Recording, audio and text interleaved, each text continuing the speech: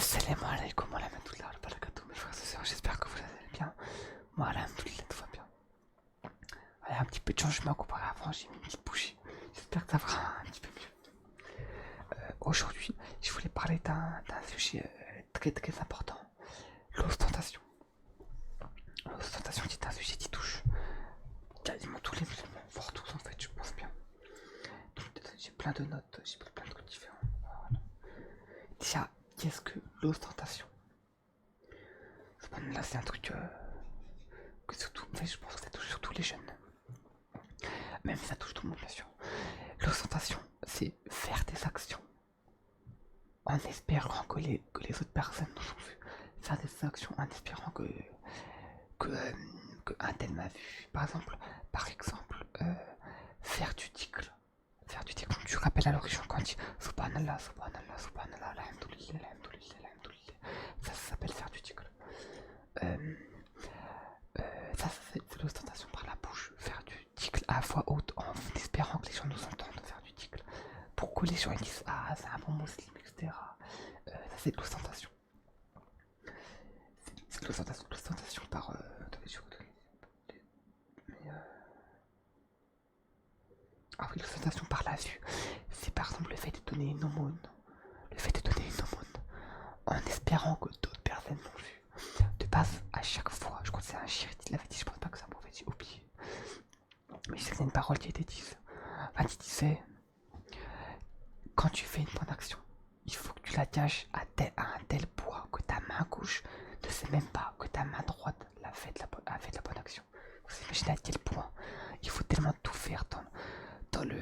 dans le. dans, dans la discrétion, en fait, tout faire pour rester humble. C'est pour ça que la timidité c'est une belle qualité parce qu'en fait ça a un rapport avec je trouve que la timidité en fait ça a un rapport avec comment ça s'appelle, avec l'humilité, voilà. Je trouve que ça a un rapport avec l'humilité.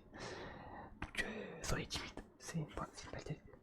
Aïcha, la femme du prophète, a dit que la timidité était une des plus belles qualités. Du coup, j'aimerais vous raconter ce que le prophète a dit par rapport aux trois premières personnes. Les trois premières personnes qui vont se faire juger le jour du jugement. J'ai voulu que je l'ai dit à moi. En fait, j'ai trouvé sur internet, mais je l'ai dit à moi dans mon livre. Très bon livre, celui-là, ce là. Si vous voulez apprendre plein de choses de la religion, c'est le livre à. Lors du jugement, il n'y aura aucune possibilité de dissimulation, d'hypocrisie, et cette personne devra faire face à l'abrupte vérité. Ce point est illustré de manière saisissante dans un autre hadith. Alors je commence.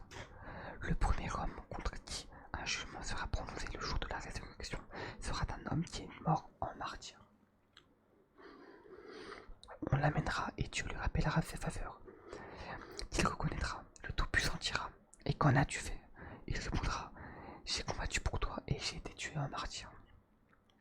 Dieu dira: tu as menti, tu as seulement combattu pour qu'on dise de toi que tu étais courageux. Et c'est ce qu'on a dit. Puis il sera ordonné qu'on le traîne à plat ventre et qu'on le jette dans le feu. Donc la première personne, une personne qui est morte, qui se disant morte en martyr, finalement n'est pas morte en martyr, puisqu'en fait elle a tout fait pour que les gens la regardent cette personne faire les bonnes actions pour Dieu. Viendra le tour d'un homme qui a acquis la science, l'a enseigné et avait l'habitude de réciter le Coran. On l'amènera et Dieu lui rappellera ses faveurs qu'il reconnaîtra. Le Tout-Puissant dira: et qu'en as-tu fait? Il dira: j'ai acquis la science, je l'ai enseigné et j'ai récité le Coran pour toi. Dieu dira: tu as menti. Tu n'as acquis la science que pour qu'on dise que tu étais un récitateur. Et c'est ce qu'on a dit. Puis il sera ordonné qu'on le traîne à plat ventre et qu'on le jette dans le feu. D'ailleurs, je crois que je l'avais déjà lu cette histoire, j'ai plus dans cette vidéo. Mais ça fait toujours du bien à rappeler. Surtout sur l'ostentation, c'est trop important. Puis ce sera au tour d'un homme à qui Dieu avait donné la richesse et toutes sortes de biens. On l'amènera et Dieu le rappellera ses faveurs, qu'il reconnaîtra. Le Tout-Puissant dira: et qu'en as-tu fait? Il dira: j'ai dépensé dans toutes les voies où tu aimes qu'on dépense pour toi. Donc faire des aumônes, tout ça, etc. Donner l'argent aux pauvres, tout ça. Dieu dira: tu tu as menti, tu n'as agi, ainsi que pour qu'on dise que tu étais généreux, et c'est ce qu'on a dit. Puis il sera ordonné qu'on le traîne à plat ventre et qu'on le jette dans le feu. Subhanallah. C'est pour ça de l'ostentation. En fait, l'ostentation, c'est quelque chose qui fait peur. Ça fait peur. Après, bien sûr, attention. Attention, il y a autre chose que j'aimerais vous lire aussi. Attendez 2 secondes. C'est très important. Ça, c'est l'histoire d'un frère, tiens, d'un frère de l'OTAN, quoi. Le poste date de 2019, je vous raconterai après. Mais l'ostentation, c'est sensible quand même. Avoir une personne, connaître tes frères. Moi, par exemple, je connais un frère, je connais même 2 frères, j'ai 2 frères. Ils sont extrêmement humbles, ils sont d'une humilité.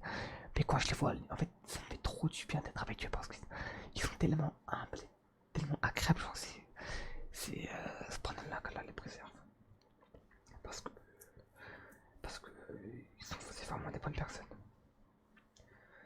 Maintenant, je vais vous lire un frère qui avait posé une question. Il m'arrive parfois de penser à des choses très étranges.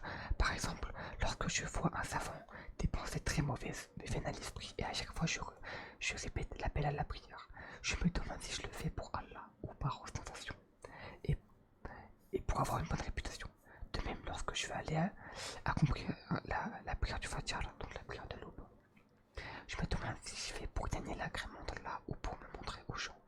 C'est d'ailleurs pourquoi j'ai accompli quelques fois la prière à la maison par crainte de l'ostentation. Je désire cesser de faire l'appel à la prière parce que je crains que cela ne soit de l'ostentation et qu'Allah ne me demande des comptes pour cela. Je ne sais pas ce qui me passe par la tête. Qu'en pensez-vous de cela?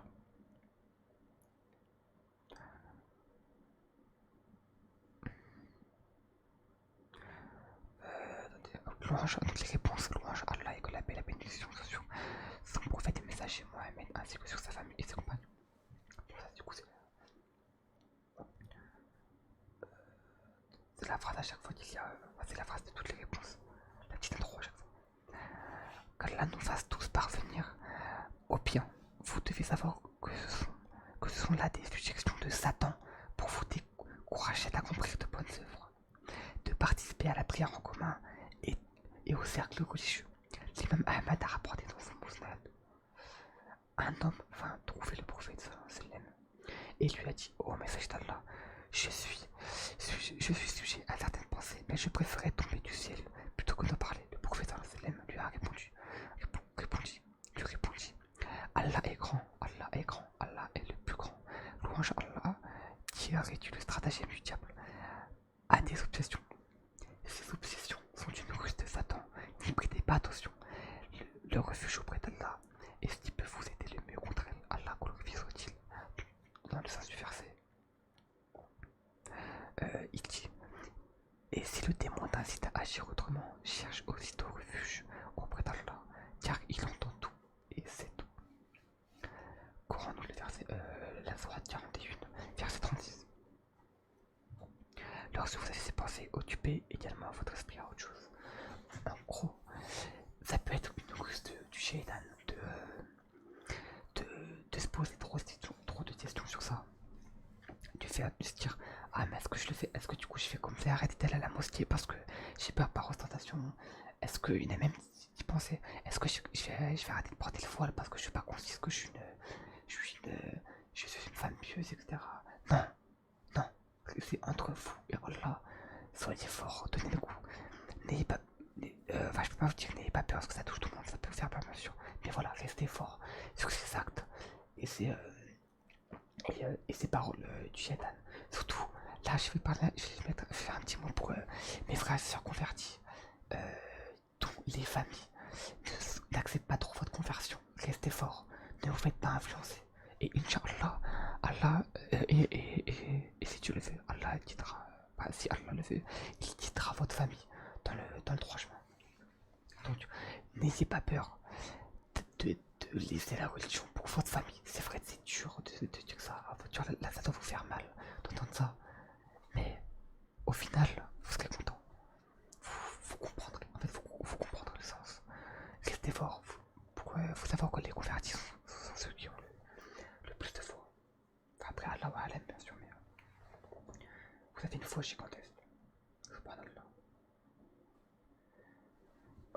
Voilà, je pense que j'avais tout dit par rapport rapport à l'ostentation, mais c'est vraiment un sujet très important. En fait, c'est un truc, il faut en parler, quoi, parce qu'il y a beaucoup de gens, et même quand on marche dehors, pas forcément des musulmans, qui le commettent. Alors qu'en vrai, ça je le dis, et je le retiens encore une fois, parce que je crois que j'avais fait une. Attendez, je regarde rapidement. Je crois que j'avais fait une vidéo dessus. Oui, voilà, sur l'humilité. L'humilité, c'est vraiment pour moi l'une des plus belles qualités, subhanallah, genre, parce qu'en fait, pour certains, c'est dur de se retenir, de pas. de pas. De pas se montrer, pas montrer ses transactions et tout. Non, soyez fort, restez chez vous. Enfin, restez chez vous. Non, c'est pas ce que je veux dire. Euh, Faites vos actions pour vous. Alors là, n'ayez pas peur de faire par ostentation. Si jamais parfois vous dites, ah, est-ce que je fais ça par ostentation, est-ce que je fais ça pour Allah, non. Ça c'est le shaitan, il vous manipule. Ça c'est les waswas du coup. La vidéo dont je vous avais parlé. Et vous, par exemple, moi, tout à l'heure quand je priais, j'avais oublié combien de harakat, à combien de harakat j'étais. Donc de harakat, une harakat pour ceux qui ne savent pas, c'est une unité de prière. Par exemple, la prière du Fatiha, elle a deux harakat, donc deux unités de prière. Ah, je ferai peut-être une vidéo sur ça d'ailleurs. Sur la prière, les unités, tout ça, etc. Et bah tout à l'heure, j'étais en prière et j'avais oublié combien de harakat j'étais. Mais finalement, je crois bien que alhamdoulilah, je m'en suis sorti. J'espère ne pas avoir, ne pas m'être trompé. Et c'est comme moi d'ailleurs, par exemple. Moi, je fais des vidéos, je suis là à faire des vidéos en espérant des gens pour la vidéo. Mais en vrai, moi je n'attends pas En fait, j'attends pas que vous me dites, oh, ça d'être un pauvre et tout. Non, au contraire, moi je veux pas que vous me dites ça. Moi, j'attends pas à ce que vous me dites ça parce que moi je le fais pour Allah. J'espère juste que Allah le voit. Et même, ça se trouve, le fait de juste dire ça se trouve, c'est de l'ostentation pour que vous vous dites. Enfin, que vous là, dans votre tête, vous êtes en train de vous dire, ah, c'est vraiment un bon. Celui-là, c'est vraiment un bon. Non, ne vous dites pas ça. J'ai fait des péchés, on a tous fait des péchés. Repentez-vous, c'est tout ce qui compte. N'ayez pas peur de faire des actions pour Allah, bien sûr. Si vous voulez donner de l'argent à SDF, donnez. N'ayez pas peur de vous dire, ah, on vous a regardé, on s'en fout des autres. On s'en fout, tu donnes. Tu dis, j'espère qu'Allah l'a fait, c'est bon. Tu vas pas en faire toute une pièce non plus. Tu vas pas en donner, comme ça, regarder partout. Si les gens t'ont regardé ou pas, non.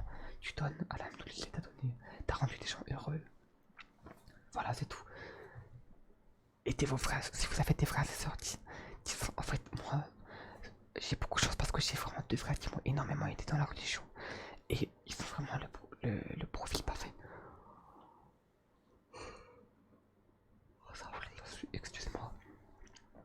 Ils sont vraiment le profil parfait des bons frères humbles, gentils, agréables. Et ça me fait vraiment du bien de les avoir connus. Là, vraiment. En plus, je les ai connus d'une façon bien, bien bizarre. Bon, et ça va, c'est quoi? Je vais noter maintenant. Je ferai une vidéo sur aussi parce que j'ai ma petite note avec pas de vidéo tout seul. Je ferai une vidéo sur comment ça s'appelle, l'entourage bien sûr très très important, l'entourage, la deuxième étude, enfin tout ça c'est très très important, genre. J'ai hâte d'en faire une. Enfin voilà, je pense qu'on a fait le tour de l'ostentation. Et l'ostentation c'est pour tout, hein. Là comme je vous disais, la parole, quand on fait le ticle et qu'on pense qu'on fait tout, on le fait exprès pour qu'on s'entende. Le, en fait, bien sûr, attention, par exemple, ici, là j'ai un exemple. Si moi ça m'est arrivé par exemple. Des fois, quand j'ai appris, l'une de mes. J'ai appris une soit il y a récemment, enfin j'ai commencé à apprendre une soit récemment. Ça fait longtemps que je n'avais pas appris une, ça fait même très très très très très longtemps. Et quand j'ai commencé à la réciter en prière, et bah limite, je restais pas super fort pour pas que mes parents m'entendent. Pour pas qu'ils se disent, ah là c'est un bon, il apprend de nouvelles soit. Enfin moi j'avais peur, dites-vous, de ça, alors qu'en vrai non. Vous faites en prière, je te ferai rester concentré sur ma prière et tout. Je récite ma sourate. Il n'y a pas de je pense à mes parents, je sais pas quoi, je récite ma sourate. Et tout, je fais ça pour Allah. Si vous avez cette sensation de pas le faire pour Allah, d'être bizarre, d'avoir pas une foi, je dirais pas ça, mais si vous avez l'impression de pas faire les choses pour Allah des fois, mais de pas non plus les faire pour les gens, ne paniquez pas, vous ne dites pas, regardez des vidéos de religion, lisez des livres sur la religion, regardez des vidéos, regardez écoutez des podcasts, je sais pas, plein de trucs. Priez, faites du ticle.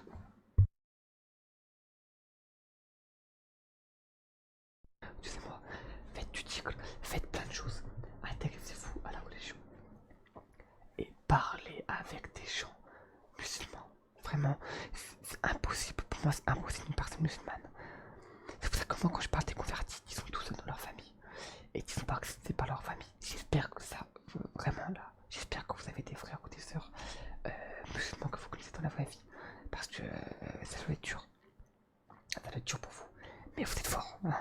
Vous avez bien plus de foi que moi, plus de foi que plein de monde. Vous êtes très fort, ce bordel. Euh, voilà, c'est tout. C'est tout. J'espère que cette vidéo vous sera utile. J'espère que ça vous sera utile parce que c'est vraiment enfin, je me répète, mais c'est trop important. En tout cas, on arrive à la fin déjà. Je pensais que ça allait durer plus longtemps, mais non. Après, je parle très vite. Il faut vraiment que je parle doucement. Plus doucement, je suis désolé, excusez-moi. Mais des fois, quand je suis dans un sujet, je suis tellement à fond. En fait, je m'en fous tellement, je parle tellement à fond dedans, je suis tellement bien dedans que j'oublie de prendre mon temps et limite, parfois j'ai envie de sortir du shoot et comme ça à parler à voix haute et débiter plein de choses tellement j'aime bien ça. En tout cas, merci, j'ai vu que les vidéos, s'il vous plaît, ça fait plaisir. Merci beaucoup de m'avoir écouté. Barakallahu fikum mes frères et sœurs et assalamu alaikum wa rahmatullahi wa barakatuh.